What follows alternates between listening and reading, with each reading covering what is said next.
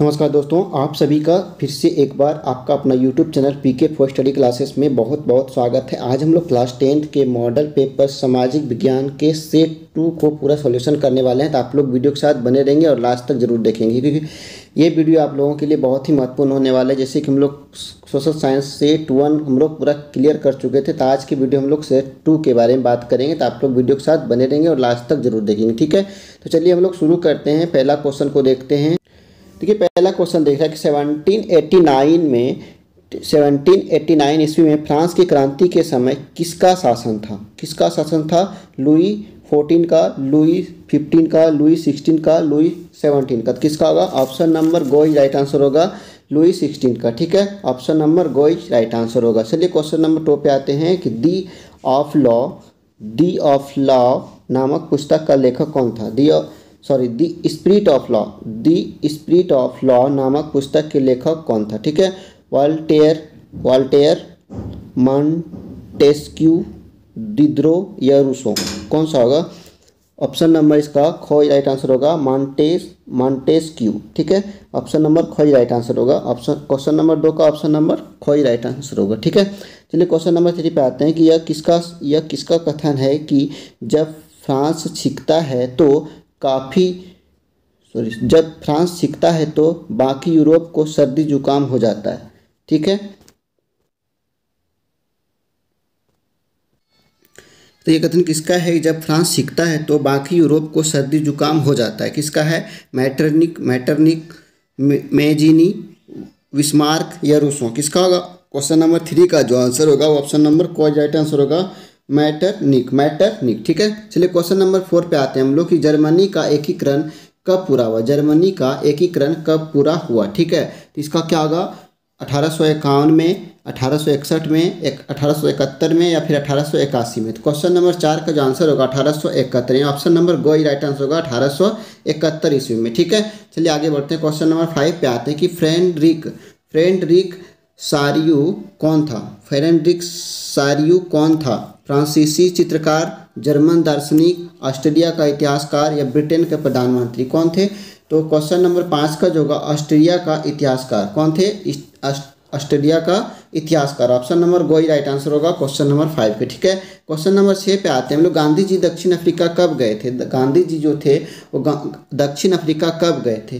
कौन सा होगा? कौन नंबर में 1870 ईस्वी दिया है, 1875 ईस्वी, ऑप्शन ख, ऑप्शन गो में 1880 या ऑप्शन नंबर गो 1893 में। क्या होगा? 1893। Option number go right answer होगा 1893 नहीं 1893 में, ठीक है। चलिए आगे बढ़ते हैं कि चौरी चौरा में हिंसात्मक घटना कब हुई? चौरी चौरा में हिंसात्मक घटना कब हुई? ठीक है, 5 फरवरी 1922, 8 नवंबर 1924, 10 फरवरी 1927 या फिर 9 अप्रैल 1930। कब हो गया? क्वेश्चन नंबर 7 का जो होगा 5 फरवरी 1922। ऑप्शन नंबर कोई राइट आंसर होगा 5 फरवरी 1922 को, ठीक है। तो चलिए आगे बढ़ते हैं हम लोग, क्वेश्चन नंबर 8 पे आते हैं कि रॉलेट एक्ट कब पारित हुआ? रॉलेट एक्ट कब पारित हुआ? 1918 ईस्वी में, 1919 ईस्वी में, 1920 ईस्वी में, 1921 ईस्वी में। क्या होगा? 8 का ख, ऑप्शन नंबर ख राइट आंसर होगा 1919 ईस्वी में, ठीक है। वंदे मातरम गीत किस पुस्तक से लिया गया? इस क्वेश्चन का आंसर सबको जानते होंगे। वंदे मातरम जो गीत है किस पुस्तक से लिया गया? आनंद मठ से, गीतांजलि से या फिर गीता रहस्य से या हिंदू स्वराज से। क्या होगा? ऑप्शन नंबर कोई राइट आंसर होगा आनंद मठ से, ठीक है। ये क्वेश्चन सब आप लोग जानते होंगे पहले से, इसका उम्मीद है हमको, ठीक है। देखिए क्वेश्चन नंबर 10 में दिया है कि बापू किन्हें कहा जाता है? बापू किन्हें कहा जाता है? ये क्वेश्चन तो सबको जानते हैं। क्या, किनको कहा जाता है? बापू किन्हें कहा जाता है? महात्मा गांधी को। किसको? महात्मा गांधी को, ठीक है। तो ऑप्शन नंबर ख राइट आंसर होगा। चलिए आगे बढ़ते हैं 11 नंबर पे, समाप्यता के आधार पर संसाधन कितने प्रकार के होते हैं? समाप्यता के आधार पर संसाधन कितने प्रकार के होते हैं, ठीक है।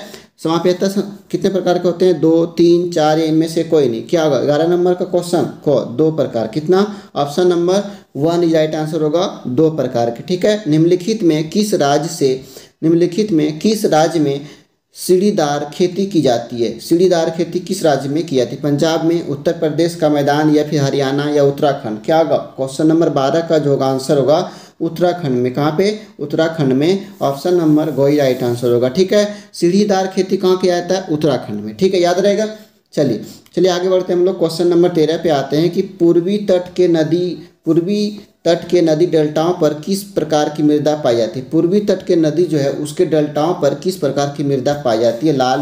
लाल और पीली, काली, जलोढ़ या ज्वारीय। क्या होगा 13 नंबर क्वेश्चन का देखिए आंसर जो होगा वो होगा जलोढ़ मिट्टी। ठीक है, option number C right answer होगा जलोढ़। ठीक है, चलिए आगे बढ़ते हैं। क्वेश्चन नंबर 14 पे आते हैं।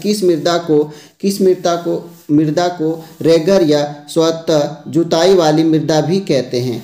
किस मृदा को रेगर या स्वतः जुताई वाली मृदा भी कहते हैं। काली, जलोढ़, लाल या लेटेराइट। क्या होगा क्वेश्चन नंबर 14 का जो आंसर होगा काली। ठीक है, option number 1 is right answer होगा काली मिट्टी। ठीक है, चलिए आगे बढ़ते हैं। क्वेश्चन नंबर 15 पे आते हैं कि इनमें से कौन सा संरक्षण तरीका समुदायों की सीधी भागीदारी नहीं करता। इनमें से कौन सा संरक्षण तरीका समुदायों की सीधी भागीदारी नहीं करता। संयुक्त वन प्रबंधन, चिपको आंदोलन, बीच बचाओ आंदोलन और वन्यजीव पशु विहार का परिसीमन। क्या होगा क्वेश्चन नंबर 15 का जो आंसर होगा घ नंबर होगा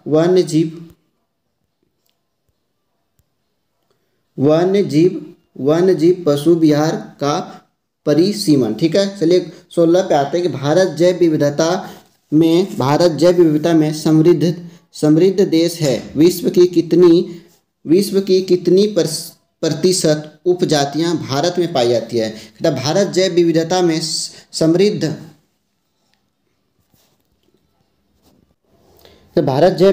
समृद्ध देश है। विश्व की कितनी प्रतिशत उपजातियां भारत में पाई जाती है। ठीक है, क्वेश्चन नंबर 16 का देख रहे हैं 8%, 16%, 32% या 1%।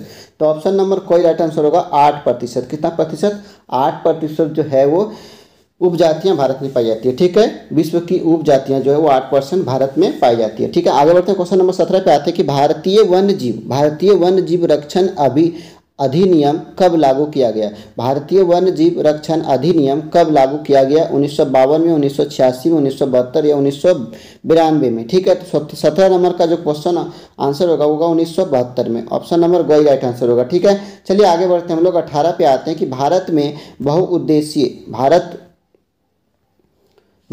बहुउद्देशीय नदी परियोजना को आधुनिक भारत का मंदिर किसने कहा। भारत में बहुउद्देशीय नदी परियोजना को आधुनिक भारत का मंदिर किसने कहा। महात्मा गांधी, लाल बहादुर शास्त्री, जवाहरलाल नेहरू या विनोबा भावे।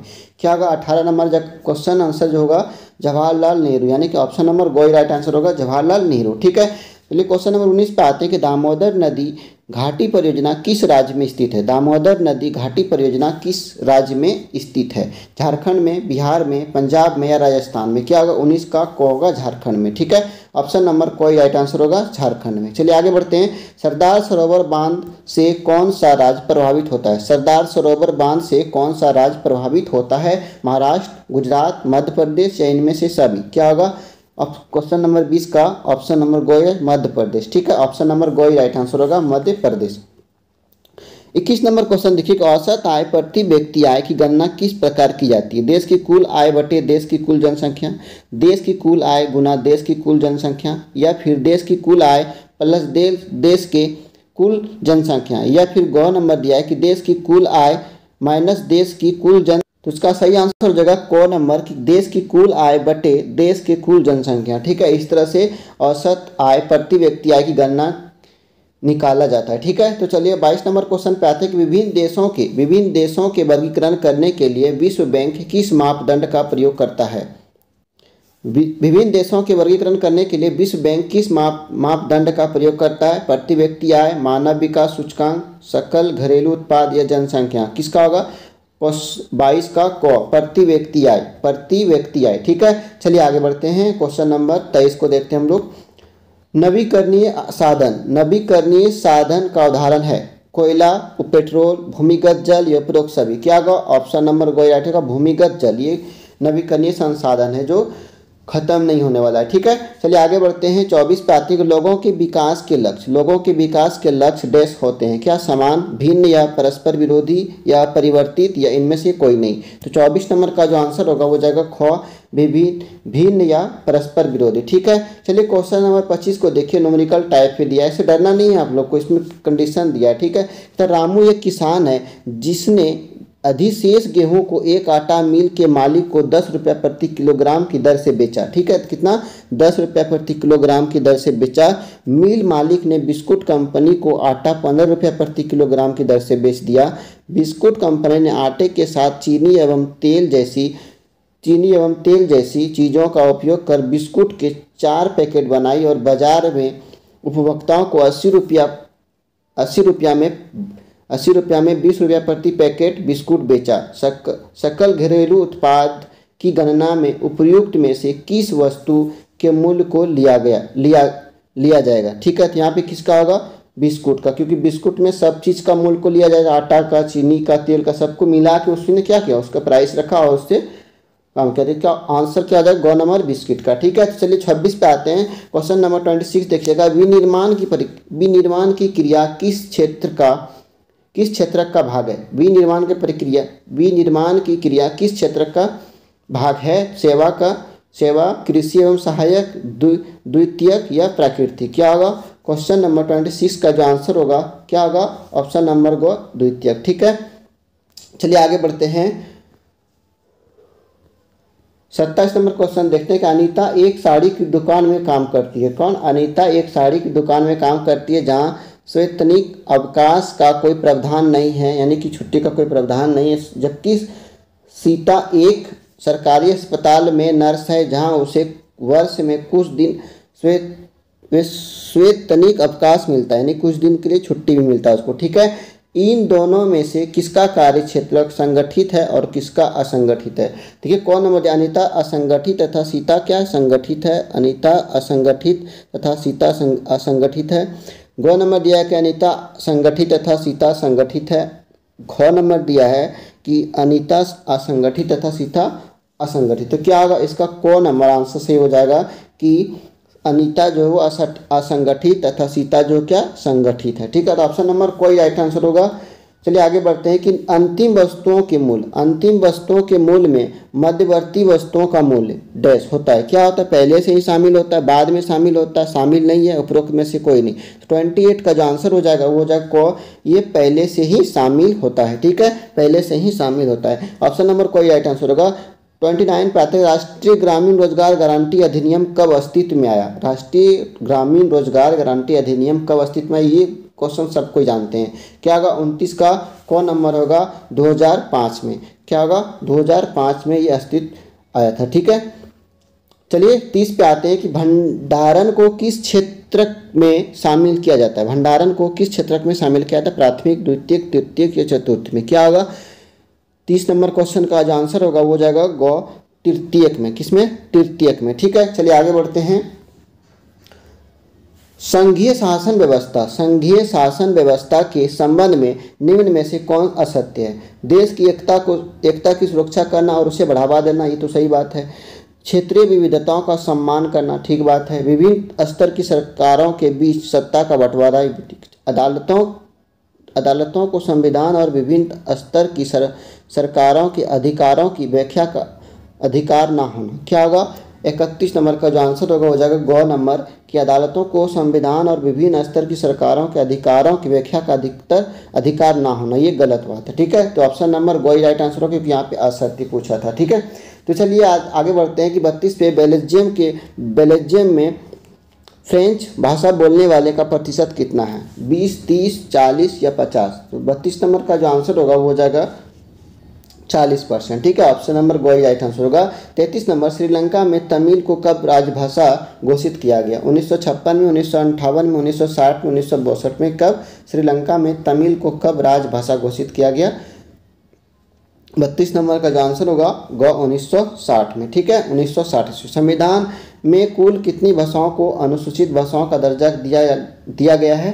तो इसका हो जाएगा 22 भाषाओं को जो है ये अनुसूचित भाषाओं का दर्जा दिया गया। ठीक है, चलिए आगे बढ़ते हैं। 35 पे आते हैं हम लोग। अगर वीडियो अच्छा लग रहा हो तो लाइक शेयर एंड सब्सक्राइब जरूर करें ताकि सारे बच्चे को मिल सके। शेयर करेंगे आप अपने दोस्तों में तो वो भी अपना तैयारी को कर सकता है। ठीक है, 35 नंबर पे आते हैं कि निम्न में से कौन सुमेलित नहीं है? निम्न में कौन सुमेलित नहीं है? भारतीय संघ राष्ट्रपति, राज्य उपराष्ट्रपति, नगर निगम मेयर या ग्राम पंचायत सरपंच मुखिया, ये सही है, ये सही है। राज्य में देखिए यहाँ पे दिया है, राज्य में उपराष्ट्रपति ने राज्यपाल होता है, तो ये हो जाएगा गलत। ये तो ऑप्शन नंबर ख इसका आंसर होगा, ऑप्शन नंबर ख। ठीक है, 35 का ख। चलिए ठीक है, आगे बढ़ते हैं। 36 नंबर पे आते हैं कि सेवन पार्टी अलायंस यानी सप्तदलीय गठबंधन का गठन किस देश में किया गया था? चीन, नेपाल, बोलीविया या श्रीलंका? किसमें होगा? 36 का जो आंसर होगा वो हो जाएगा आपका ख नंबर, नेपाल में। ठीक है, किसमें होगा? नेपाल में। चलिए आगे बढ़ते हैं। 37 पे आते हैं कि बोलीविया किस महादेश में अस्तित्व है? बोलीविया जो है किस महादेश में अवस्थित है? अमेरिका में, लातिन अमेरिका में, अफ्रीका में, यूरोप में? तो इसका ऑप्शन हो जाएगा लातिनी अमेरिका में। ठीक है, बोलीविया किस महादेश में अवस्थित है? लातिन अमेरिका में। ठीक है, लातिन अमेरिका। चलिए आज 38 पे आते हैं कि बोलीविया में जल युद्ध नामक आंदोलन का नेतृत्व किसने किया था? फेडेकोर या सेवन पार्टी अलायंस SPA या फिर बामसेफ या फिर national alliance for pulse movement NAPM? किसने होगा? 38 का जो आंसर हो जाएगा क नंबर, फेडेकोर। ठीक है, option number A right answer होगा। चलिए 39 पे आते हैं कि इनमें से कौन सा कथन असत्य है? असत्य पूछा है यानी कि नेगेटिव पॉइंट पूछा है। राजनीतिक दल राजनीतिक पक्ष लेते हैं जबकि दबाव समूह राजनीतिक मसलों की चिंता नहीं करते। दबाव समूह ख नंबर में दिया है कि दबाव समूह कुछ लोगों तक ही सीमित होते हैं जबकि राजनीतिक दल का दायरा ज़्यादा लोगों तक फैला रहता है। ठीक है, चलिए आगे बढ़ते हैं। क्वेश्चन देखिए, नेक्स्ट ऑप्शन में दिया कि दबाव समूह सत्ता में नहीं आना चाहते हैं जबकि राजनीतिक दल सत्ता हासिल करना चाहते हैं। अगला है कि दबाव समूह और राजनीतिक दल समान प्रकृति के।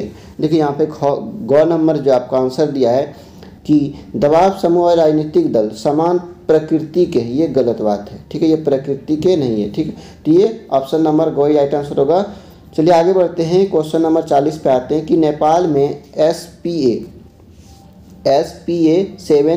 सेवन पार्टी अलायंस ने किसे अंतरिम सरकार का प्रधानमंत्री चुना था? ये क्वेश्चन आप लोग कमेंट में बताएंगे क्योंकि ये क्वेश्चन बहुत ईजी, अगर आप पढ़े होंगे अच्छे से अपना किताब को तो ये क्वेश्चन आपको मिला होगा।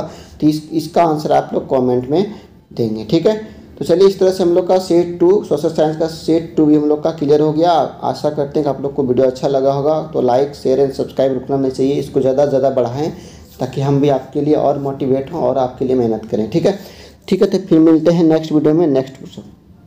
तब तक के लिए जय हिंद।